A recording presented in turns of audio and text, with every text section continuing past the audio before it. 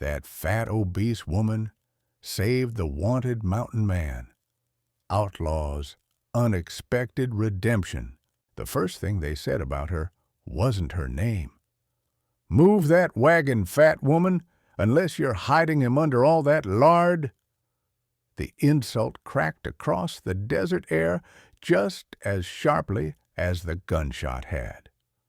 Margaret Winters tightened her grip on the reins, trying to keep the team of mules from bolting.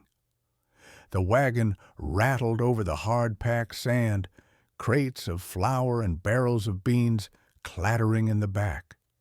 Sweat soaked through the front of her brown cotton dress, sticking the fabric to her full stomach and arms. The late autumn heat out here on the Texas-Mexico border didn't care that the calendar said fall.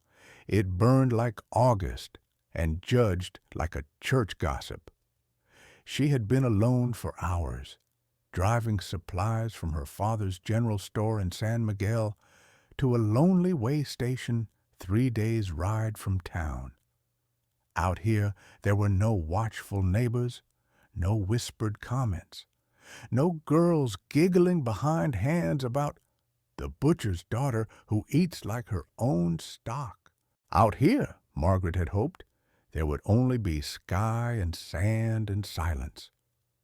Then the gunfire started. It came from the scrubland to her right. 5, 6 shots in quick succession echoing off the low canyon walls. The mules snorted, eyes rolling. Margaret stood up on the wagon bench to see, heartbeat pounding in her ears. A man burst out from behind a cluster of prickly pear and mesquite, stumbling, one hand pressed to his side. Blood seeped between his fingers, dark and sticky. Another stain had already soaked through the shoulder of his torn wolf-hide coat. Even wounded, he moved with the dangerous grace of a predator. He was tall, broad-shouldered, all corded muscle and scars beneath the blood and dust. His long black hair hung in tangled waves around a bearded face burned brown by sun and wind. His eyes, when they lifted to hers, were wild and bright, a rusty amber that looked almost red in the harsh light. "Please," he rasped, voice raw. "Don't scream. His knees buckled. Margaret vaulted down from the wagon before she could think better of it. The man hit the ground on all fours, then pitched forward, face first into the dirt. Behind him, 5 riders thundered over a low rise, wearing dust-stained badges and cruel little smiles. The one in front was massive, his gut spilling over his gun belt, hat pulled low over pig black eyes. Sheriff Donovan. Margaret recognized him from San Miguel's gossip. The new lawman from Copper Ridge, the one who drank as hard as he preached justice. He yanked his horse to a stop beside her wagon and pointed his revolver at the unconscious man in the dirt. "Colt Red Wolf Maddox," Donovan sneered. "Dead or alive. Looks like I caught him half and half." Margaret's stomach dropped. She knew that name. Everyone from Kansas down to Mexico did. The wanted posters showed a grim-jawed mountain man with a price of $1,000 on his head, accused of murdering Copper Ridge's beloved sheriff in cold blood. Donovan turned his attention to Margaret, looking her up and down with a curl of disgust. "You there," he said. "You see which way he ran? Or were you too busy stuffing your face to notice anything but your next meal?" Heat burned Margaret's cheeks hotter than the desert sun. She swallowed hard. I didn't see anyone, Sheriff," she managed. "I've been on the trail since dawn, just me and the mules." One of the deputies snorted. "Whole lot of her and the mules, you mean?" The men laughed. Donovan nudged his horse closer, looming over her. "For a woman that big, you'd make a fine wall to hide behind. If I find out you're lying for him, I'll chain you up right next to him on the gallows. You understand me, girl?" Margaret's heart hammered. She glanced down, just once, at the blood trail leading straight to her wagon wheels. "I understand," she whispered. The sheriff spit in the dust at her feet, then jerked his reins. "Spread out. We'll pick up his trail sooner or later. A man who's bleeding that bad can't run far." The riders wheeled around and thundered off, leaving only swirling dust and the fading jingle of spurs behind. Only then did Margaret let herself breathe. She turned slowly, hand shaking, and lifted the edge of the canvas covering the wagon bed. Beneath sacks of flour and burlap-wrapped bundles wedged into the narrow space she'd cleared in one frantic heartbeat, lay the outlaw the whole territory was hunting. Colt Maddox stared back at her through half-lidded eyes, blood soaking the boards around him, his lips twisted in a humorless smile. "You just lied to the law for me," he rasped. "Why would a fat woman everyone mocks risk her neck for a wanted man?" Margaret's pulse roared in her ears. "Because I know what it is to be judged without anyone knowing who you really are." She didn't say it. Not yet. "Because you asked for help," she said instead, "and no one else would." Somewhere beyond the rising dust, the sheriff's shout echoed over the empty land. The chase wasn't over. It had only just begun. And you listening right now? Where in the world are you hearing this from? Tell me in the comments as we follow this outlaw and the fat woman who just chose to save him instead of selling him. The cabin appeared like a ghost rising from the desert. Sun-baked wood, half-collapsed porch, one shutter hanging loose. No chimney smoke, no fresh footprints, no signs of life. Perfect.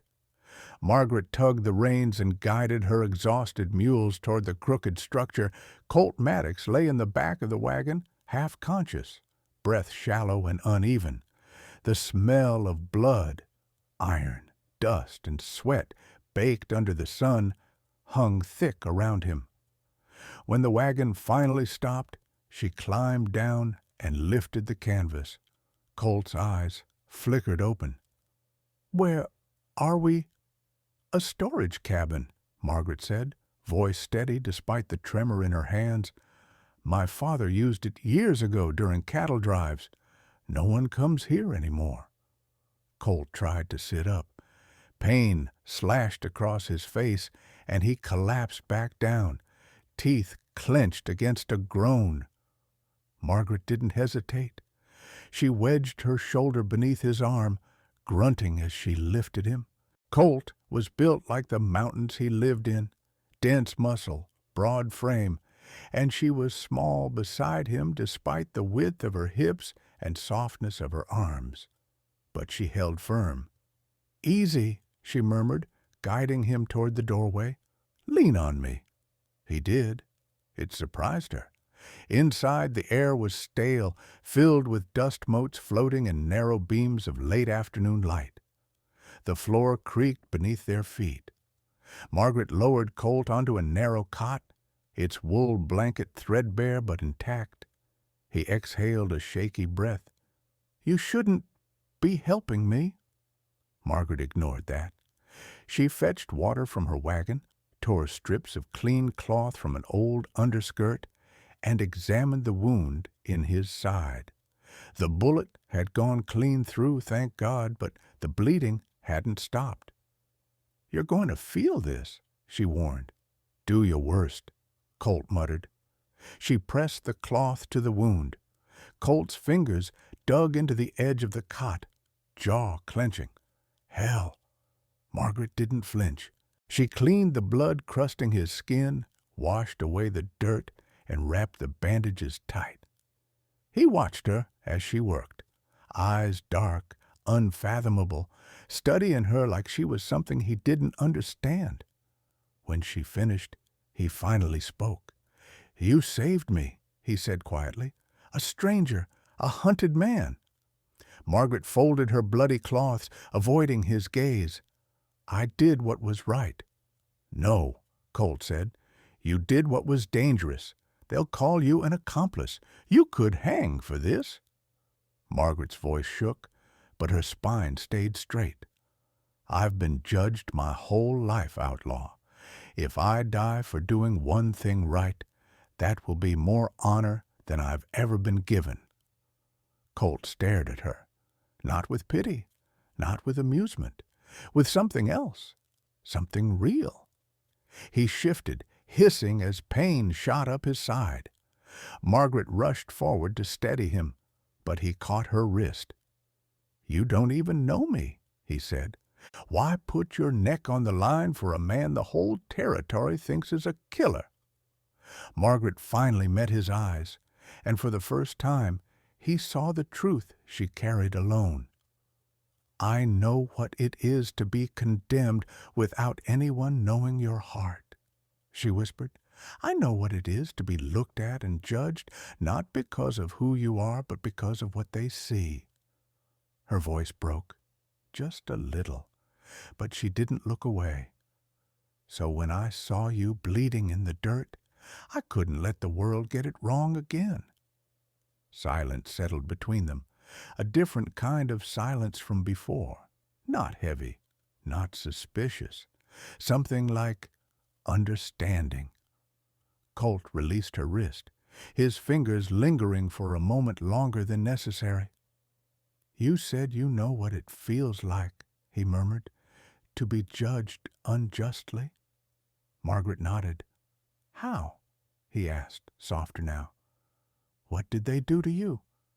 Her breath trembled, but she sat on the edge of the cot, folded her hands together, and told him.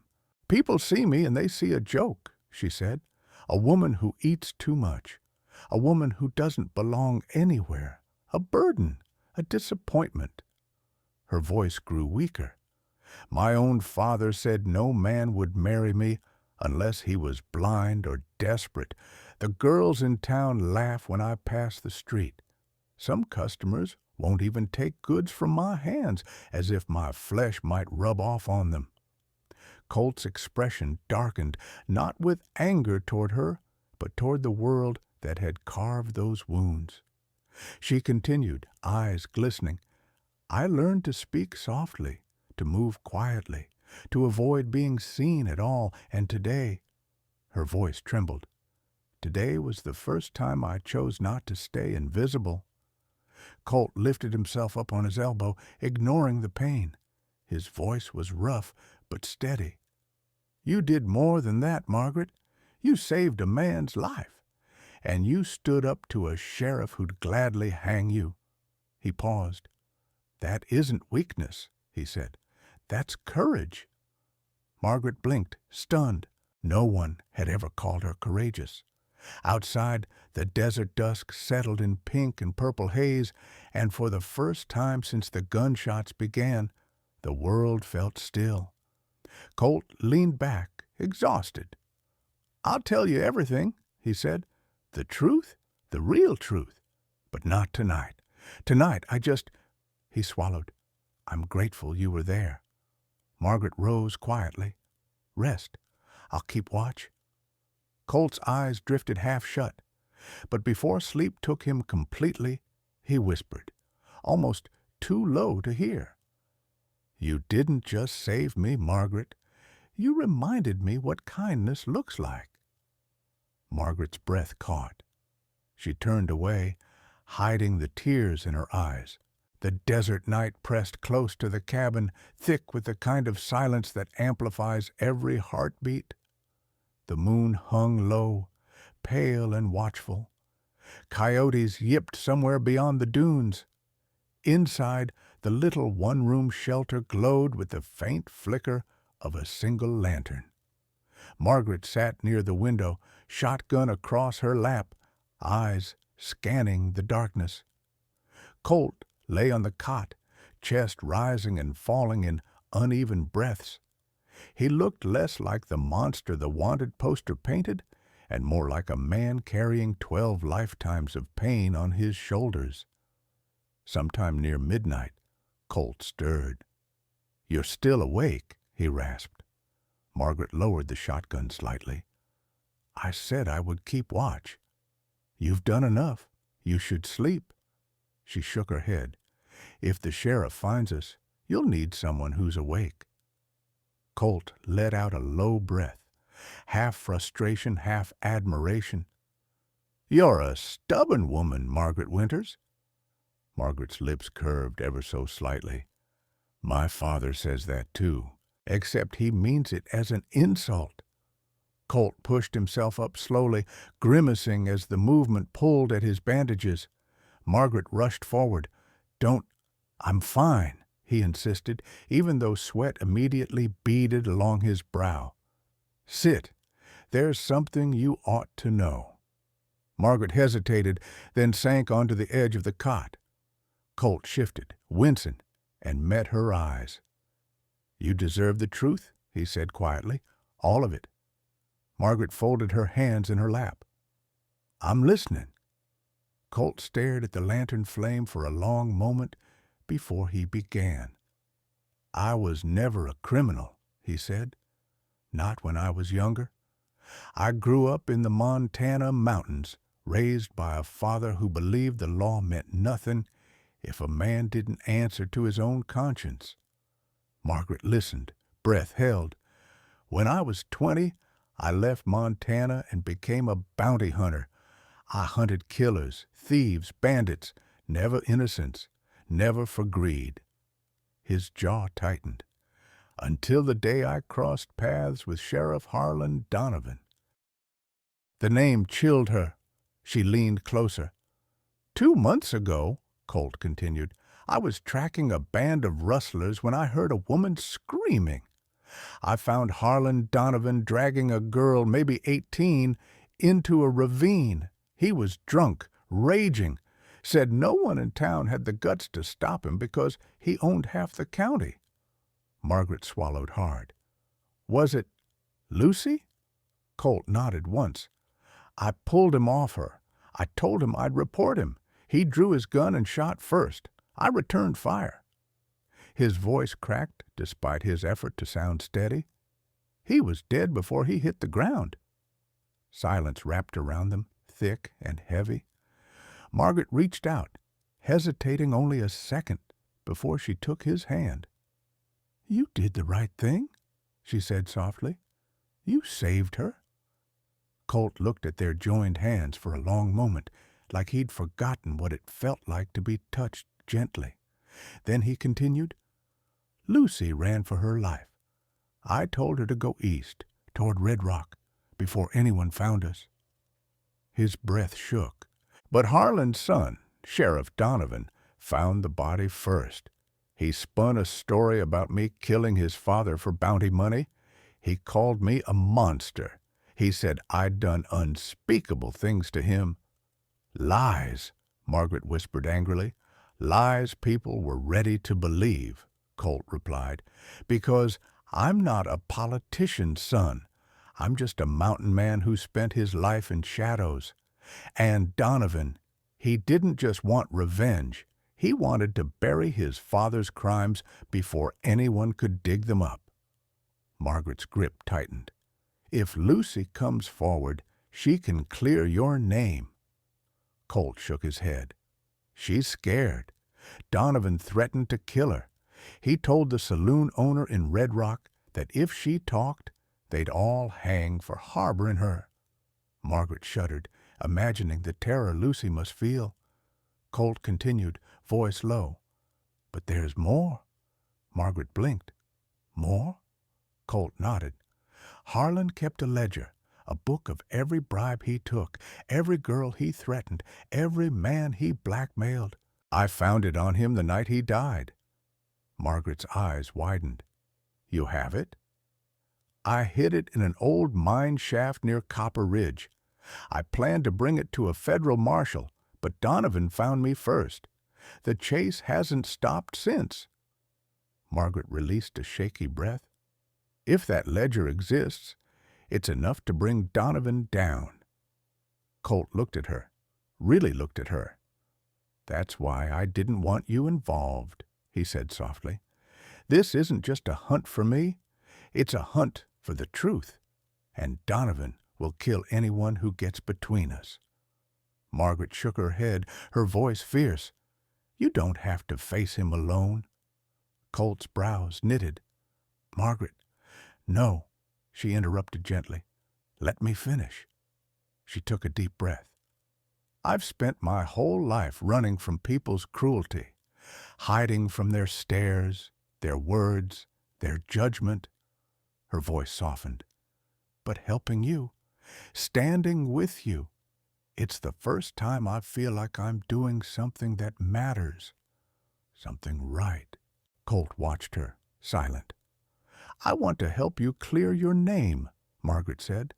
"Not because I pity you, not because I'm lonely, but because you're a good man caught in something rotten. Because someone has to stand with you. And because—" She hesitated. Colt leaned closer. "Because why?" Margaret's cheeks flushed with fear and truth. "Because I believe in you, more than I've ever believed in anyone." Colt inhaled sharply, pain flashing across his eyes, but not from his wounds. He pulled her hand to his chest, pressing it over his heartbeat. "You may be the first person who ever has," he said hoarsely, "and I don't know what to do with that." Margaret smiled softly. "Just don't push me away." Colt closed his eyes as if steadying himself against a wave. When he opened them, something unguarded shone there. "I won't," he said. A loud crack sounded outside, like a twig snapping beneath a boot. Margaret stiffened. Colt's eyes sharpened instantly. "Get down!" He pushed her behind a wooden crate, grabbed his revolver with a trembling hand, and aimed toward the door. Footsteps crunched in the sand, slow, deliberate, coming closer. Someone had found them. The footsteps circled the cabin once, silently, methodically, like a hunter studying his prey. Colt's breathing slowed. His fingers tightened around the revolver. The lantern flame trembled on the table, casting long, quivering shadows across the walls. Margaret stayed behind the crate, both hands pressed over her mouth to keep her breath quiet. Then the doorknob rattled. Colt raised the gun. A voice murmured outside. "She's got to be in there. I saw the wagon tracks." Margaret froze. That voice. Sheriff Donovan's second in command, Deputy Briggs, mean-eyed, snake-lipped, a coward with a badge. Another voice answered. "Sheriff said, if the fat woman's helping him, we take her too." Colt's jaw flexed. Margaret felt the heat of fear drown her chest in ice. Briggs spoke again, louder. "Open up, Maddox. We know you're in there. Come out with your hands high, or we fill that place with lead." Colt didn't move. His voice was a whisper. "Stay behind me, Margaret." She crawled to him, trembling. "We can't fight them. You're hurt. You can't even stand." Colt leaned close, lips brushing her ear, not out of romance, but urgency.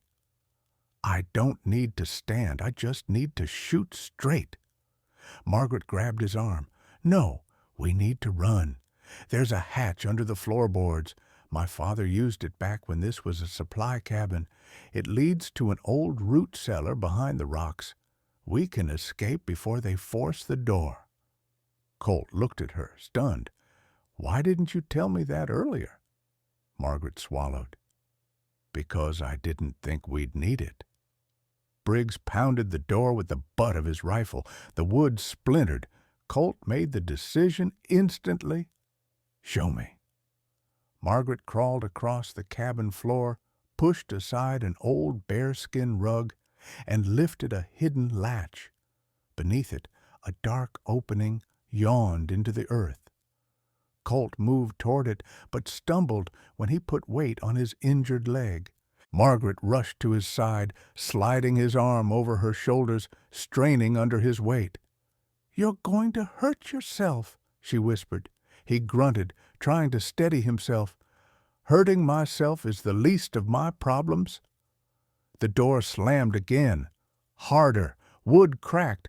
Margaret guided Colt down the narrow ladder into the cellar, then followed, pulling the hatch closed just as the cabin door splintered completely. Boots thundered inside. "Find them!" Briggs barked.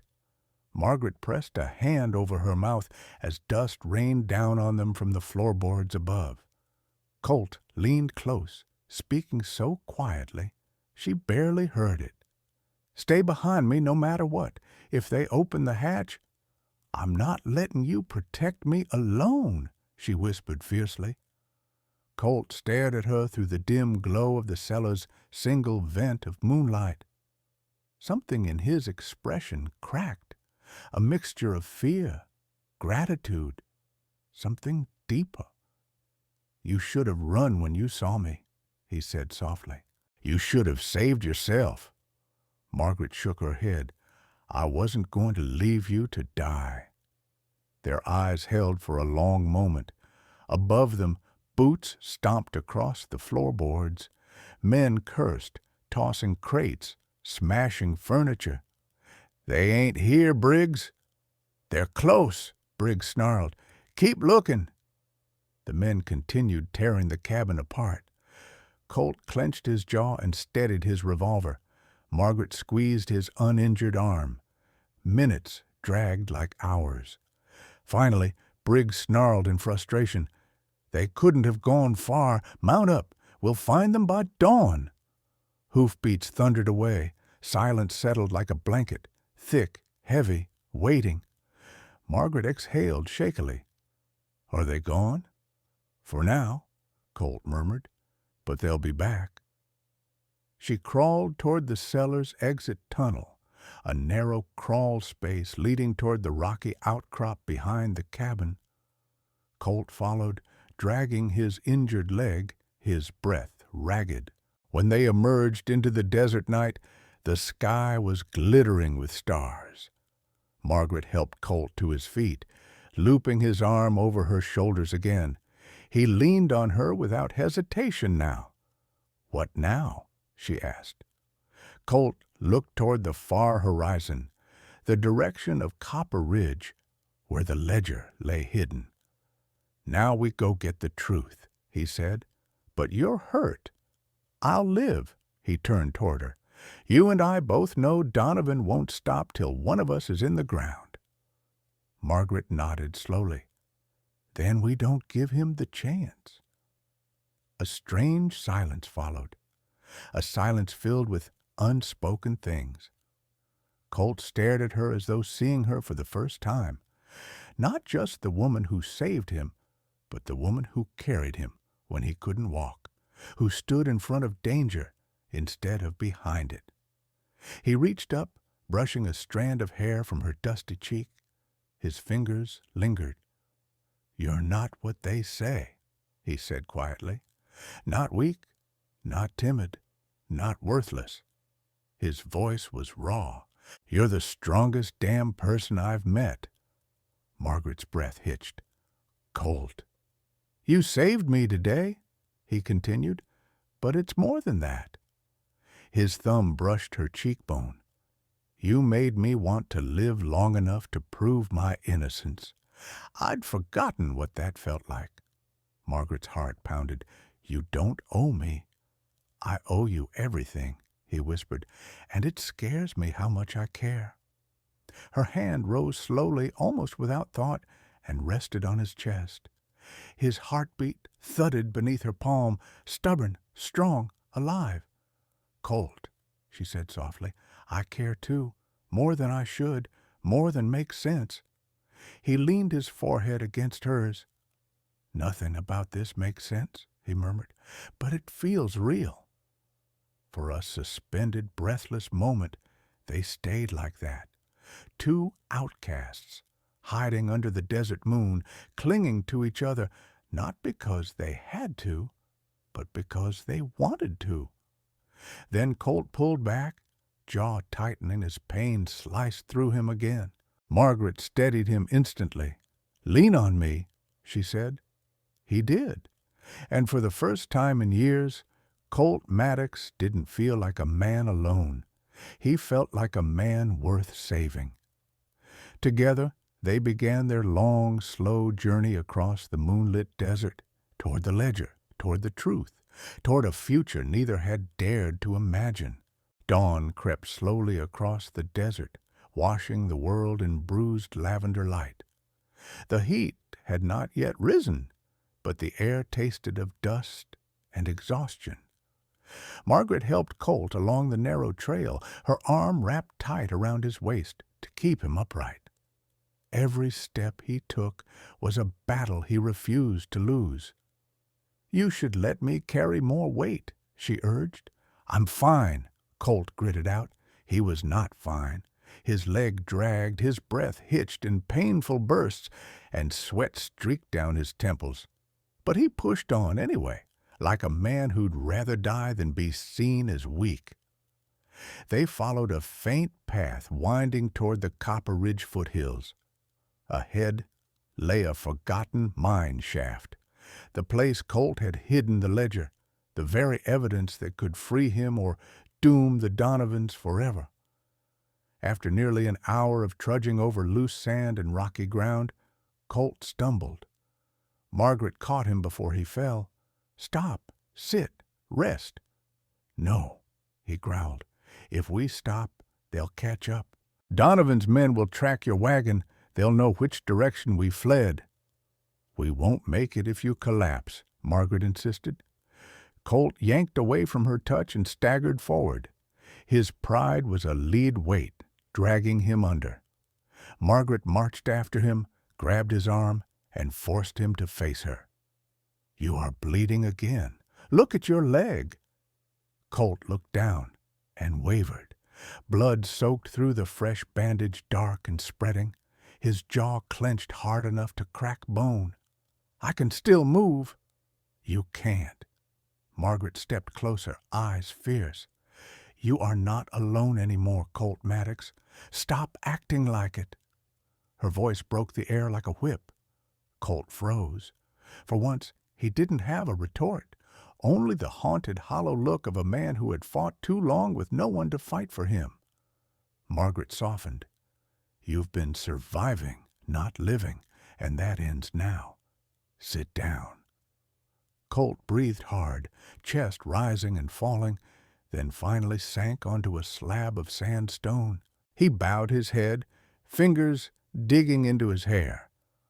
"I wasn't supposed to drag anyone into this," he muttered, "especially not you." Margaret sat beside him. "You didn't drag me. I chose this." He shook his head. "You shouldn't have to risk your life because of my mistakes." "It's not a mistake to protect an innocent man," she said gently. Colt laughed, a low, humorless sound. "Innocent? I killed the sheriff." "You saved a girl," Margaret countered. "You saved Lucy. You saved others. That is not the act of a murderer."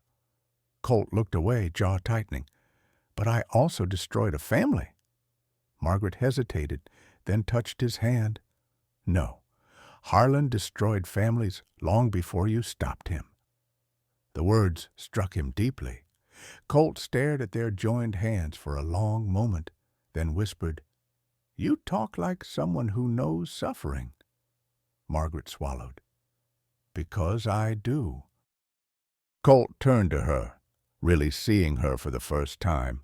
Not just the woman who saved him, not just the soft figure others ridiculed, but someone who carried her own scars. She took a deep breath. "I know what it is to be hurt without leaving bruises, to be told you're too much, too big, too wrong, to shrink yourself until you disappear. People like Donovan, they are everywhere. They use their power to break people. You survived him. That makes you stronger than he ever was." Colt blinked, emotion tightening his rugged features. "What you see as strength," his voice grew rough, "feels a lot like failure to me." Margaret shook her head firmly. "If you were a failure, you would have run the night you found Lucy. Instead, you saved her. You saved me. You're saving yourself now." A long silence settled between them, warm and fragile. Colt's voice softened. "I don't deserve how fiercely you believe in me." Margaret met his gaze without flinching. "Everyone deserves someone who believes in them, even you." He swallowed hard. "You're something else, Margaret." She blushed but didn't look away. "Let me see your wound." Colt nodded and allowed her to peel back the bloody bandage. Margaret cleaned the fresh flow of blood, her hand steady, even while fear swirled inside her. He watched her closely, eyes dark, intense. "You're brave," he murmured. Margaret froze. "No, I'm not." "You are." Colt lifted a hand, touching her chin with calloused fingers. "You're braver than half the men I've ridden with." The compliment washed warmth over her entire body. But before she could respond, a crack echoed from behind a rocky ledge. Margaret stiffened. Colt's hand flew to his revolver. Bootsteps, more than one pair. Colt's voice dropped to a whisper. "Margaret, behind me." She shook her head, whispering fiercely, "No." "Margaret, no." Her eyes flashed. "If they come, we fight together." Colt stared at her, breath catching. Something shifted in him, something deep, something he'd buried beneath guilt, rage, and loneliness. He realized then that he wasn't just worried for her safety. He was terrified of losing her. He rose slowly, using Margaret's shoulder for balance, aiming his revolver at the sound. But his hand trembled. His leg buckled again. He gritted his teeth and forced himself upright. And Margaret stepped in front of him, not shielded by him, shielding him. He whispered her name, stunned. "Margaret." "I won't hide behind you," she whispered back. "Not any more." The footsteps grew louder, closer. Margaret positioned herself with firm feet, shotgun raised. Colt moved behind her, shoulder brushing hers, breath hot with fear and awe. Then a familiar voice called out from the ridge. "Colt? Margaret?" Margaret nearly collapsed with relief. Lucy emerged from behind the rocks panting, hair tangled, face flushed with panic. "You have to leave now," she gasped. "Donovan's men are searching the southern ridge. I saw them from Red Rock. They know you're heading for the mine." Colt tightened his grip on his revolver. "How far behind?" "A half hour," Lucy said. "Maybe less." Margaret steadied Colt. "Then we move, now." Colt met her eyes, breath uneven. "You didn't have to stand in front of me like that," he said quietly. Margaret held his gaze. "I wanted to." Colt's throat bobbed. "No one has ever done that for me." Margaret smiled softly. "Then you've been with the wrong people." Colt looked at her, really looked at her, and something broke open in his chest. Not fear, not guilt, a dawning, undeniable tenderness. He had known Margaret only days, but she had already become the person he trusted most, and that terrified him more than any bullet ever had. Night fell fast in the desert, too fast. Shadows spilled across the canyons like black ink as Colt, Margaret, and Lucy pushed toward the abandoned Copper Ridge mine. The mouth of the old shaft loomed ahead, a jagged wound carved into the mountainside. Cold wind howled through its tunnel like a warning. "We just need the ledger," Colt whispered. "Once we have it, we take it straight to the judge in San Miguel." Margaret squeezed his arm. "Then let's hurry." But Colt kept glancing over his shoulder. Something in the air felt wrong, too still, too expectant. Lucy nervously twisted her hands. "Colt, what if Donovan already knows about the ledger?" "He can't," Colt said. "I buried it months ago." Their boots crunched gravel as they reached the mine entrance. Colt pulled Margaret to his side. "Stay close. These tunnels shift sometimes." Inside, the air grew colder. Dust drifted in narrow beams of moonlight. Rusted rails cut across the ground, leading into darkness. Every drip of water echoed like a gunshot. Colt led them down the narrow shaft. The ledger's in an old dynamite crate just ahead. But when they reached the small underground alcove where the crate should have been, Colt froze. The crate was open, empty. Margaret felt his entire body go rigid. "Colt, what's wrong?" "They were here," Colt whispered. "Someone got here first." Lucy backed away, fear rising. "Donovan! It has to be Donovan!" A soft click echoed from the darkness. Colt shoved Margaret behind him. "Get down!" A lantern flared to life at the opposite end of the tunnel, and Sheriff Donovan stepped into the light, flanked by 6 armed men. "Well, well," Donovan drawled. "Looks like the rat came back to its hole." Colt's jaw clenched, but his voice remained steady. "Let the women go. This is between you and me." "Oh, I'll let the girl go," Donovan sneered, eyes flicking to Margaret. "But the fat one? She harbored a fugitive. She dies with you." Margaret stiffened, fear punching the air from her lungs, but she didn't move from Colt's side. Donovan raised his gun. "Move aside, sweetheart, unless you want to be fertilizer." Margaret lifted her chin. "No!" Colt gasped, horrified. "Margaret!" But she stepped forward. "I'm not moving," she said, voice shaking yet unbroken. "If you want to shoot him, you shoot me first." Donovan laughed. "You're brave for a woman nobody wants." Colt snarled, stepping in front of her. "Touch her, and I swear—" "Swear what?" Donovan taunted. "You're a crippled outlaw on a bad leg, and that woman won't save you." "That woman saved me more than you ever could understand," Colt snapped. Donovan cocked his gun. Colt moved instinctively, shielding Margaret with his body. And in that split second, he realized the truth he'd been running from. He wasn't afraid of dying. He was afraid of leaving her behind. "Margaret," he whispered without turning around, "you need to run." "I won't," she whispered back. "You have to," Colt insisted, voice breaking. "If he kills me, that's fine, but he cannot kill you. I can't live with that." Margaret grabbed his coat, forcing him to face her.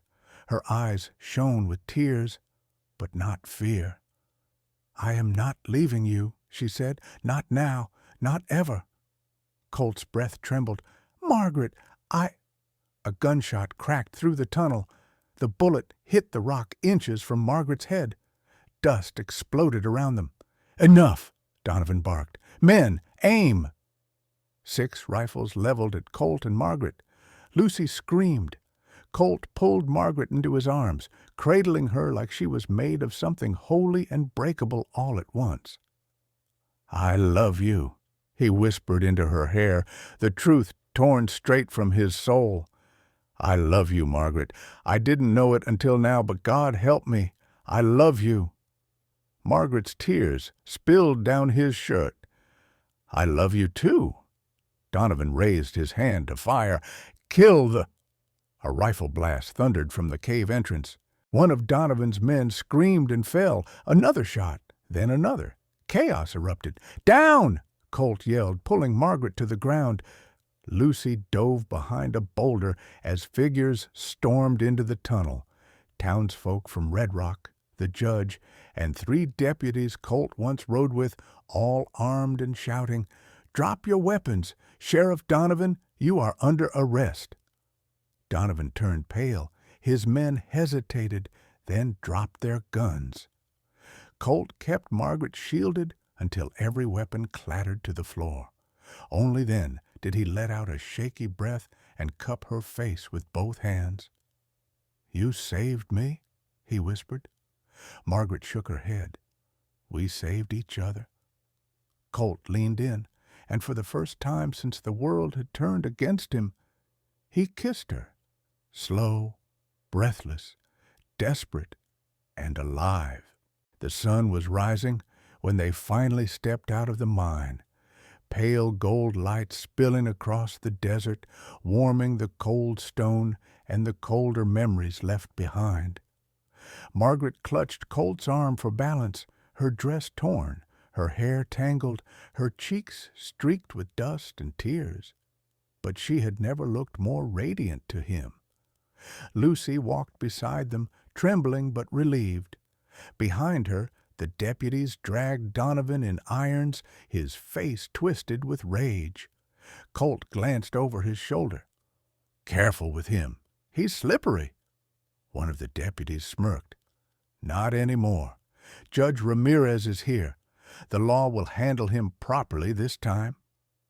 The judge, a tall man with silver hair, stepped forward. "Mr. Maddox," he said, handing over a sealed document, "Lucy's testimony, the ledger from the mine, and multiple witness statements from Red Rock clear your name. You are officially pardoned. Free." The word hung in the air like a miracle. Free. Colt blinked hard, jaw tight. He looked at Margaret as if needing her to confirm it was real. She smiled, soft, trembling, beautiful. "You're free, Colt," she whispered. He exhaled shakily, something inside him breaking loose after months of running. "I never thought I'd hear that again." Lucy stepped forward, voice small. "I'm sorry it took me so long to tell the truth." Colt placed a gentle hand on her shoulder. "You survived him. That is enough courage for one lifetime." They started toward Margaret's wagon, but before Margaret could climb in, Colt touched her arm. "Wait!" She turned to him, confused. "What is it?" For the first time, Colt looked nervous, truly nervous, as if he were the one standing on trial. His fingertips trembled when he gently took her hands. "Margaret, back in the mine, when I thought I was going to die, something happened inside me." His voice cracked. "I realized losing you would hurt worse than a bullet, worse than the hangman's rope, worse than anything." Margaret swallowed hard.